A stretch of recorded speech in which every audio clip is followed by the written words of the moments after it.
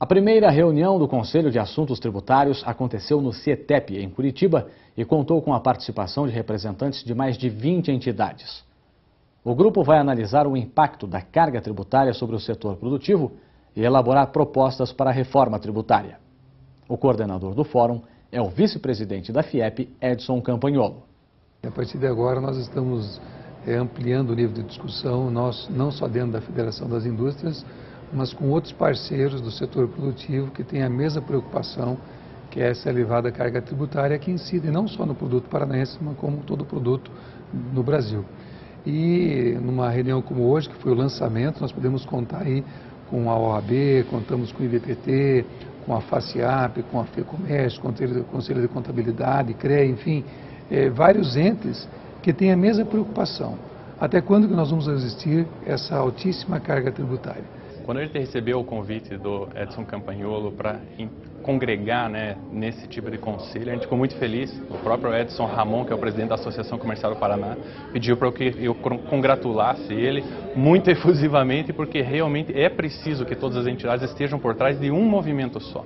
Então, cada entidade tem apenas um esforço, ou de marketing, ou técnico, de levantar informações, e agora com esse conselho temático aqui da FIEP, congregando OAB, CRC, Associação Comercial, FACIAP, todas essas que estão juntas, vai ser muito mais fácil de atingir um público maior e principalmente que os próprios empresários e profissionais liberais estejam à frente daquilo que é realmente necessário para alterar a nossa legislação tributária. É uma iniciativa bem memorável, então a gente só tem que parabenizar a iniciativa da FIEP de instituir esse Comitê de Assuntos Tributários.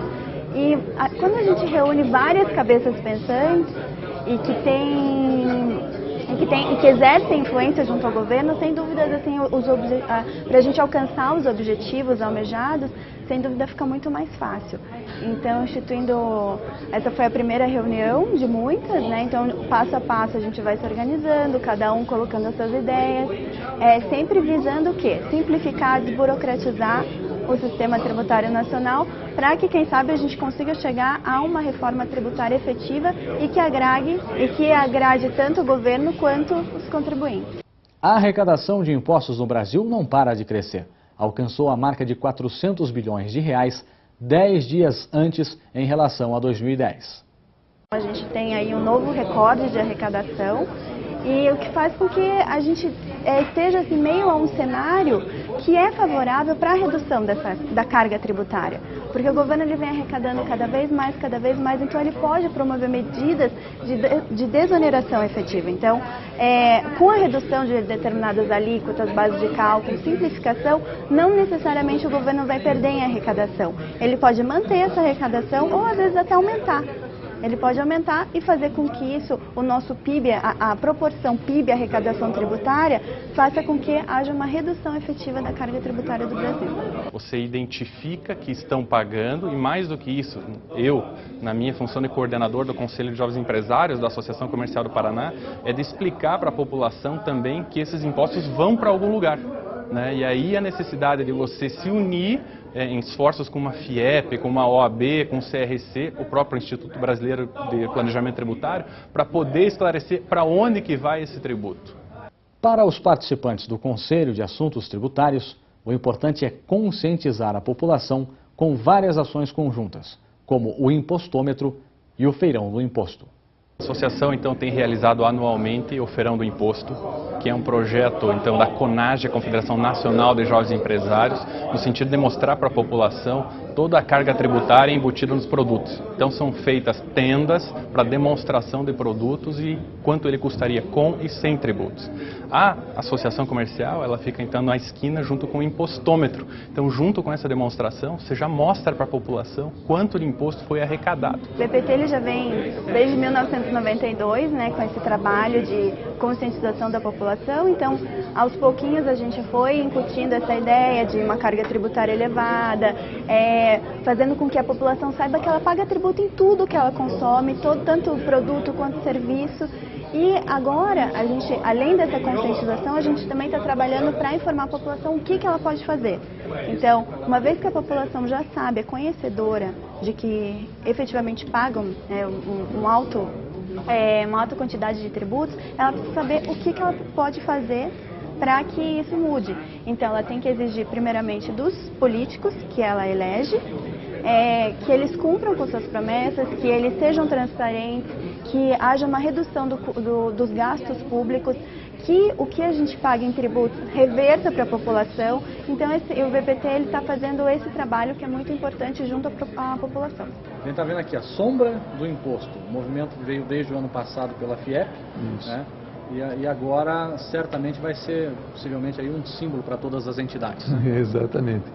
Essa sombra do imposto que chega a 40% do PIB, que a sede de arrecadação ela não aumenta. Em vez de se fazer uma reforma tributária urgente nesse país, prefere-se aumentar as alíquotas, como aconteceu nos últimos dias, onde o governo, temendo uma queda da arrecadação, justamente em função do reajuste da tabela do imposto de renda, e preocupado com as compras do exterior, o governo simplesmente pega e aumenta as alíquotas.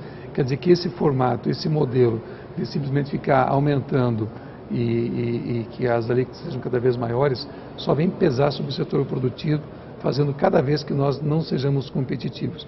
40% do PIB é inconcebível. Em nenhum país do mundo nós temos uma carga tão elevada e serviços tão ruins como segurança, como saúde, infraestrutura, que praticamente não se investe mais nesse Brasil. Então nós temos uma preocupação. O setor produtivo brasileiro está pedindo socorro. Nós precisamos urgentemente de rever a altíssima carga tributária que incide sobre o setor produtivo, urgentemente. Bom, nessa reunião, algumas ações já anunciadas. Perfeito. Algumas metas a serem cumpridas.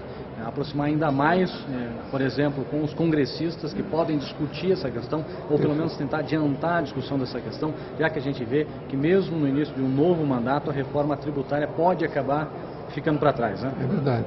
Porque se ela não acontecer agora no primeiro, no máximo no segundo ano, não vamos achar que no terceiro ou quarto ano um presidente da República vai fazer reforma tributária, porque são medidas impopulares. Então, nossa primeira ação agora justamente é entrar em contato com a bancada federal, uma vez que a nossa Câmara, nossa instituição do Conselho é aqui no Paraná. Estamos entrando em contato com os nossos deputados federais, com os senadores, para que eles venham compartilhar conosco o que de efetivo dentro do Congresso Nacional está se pensando sobre a reforma tributária. Existe aquela proposta do Gedeal Vieira Lima, se essa é a proposta, eles venham compartilhar conosco. O que nós não podemos continuar é esperando de braços cruzados, entrando o mandato, sendo mandato de presidente e nada se fazendo com relação a essa urgentíssima reforma tributária tão almejada pelo consumidor brasileiro. Muito bem. Mas na realidade, o governo também, além de aumentar naturalmente por força da carga, hoje tem tentado aumentar a arrecadação via eficiência, cobrando o que está para trás, fazendo programas de refinanciamento, programas que muitas vezes parecem ser atrativos para a empresa, mas que num segundo momento acabam sendo um peso a mais para essas empresas carregarem. Como lidar com essa situação, por exemplo? Você vai num assunto muito interessante. Hoje existem programas de refinanciamento.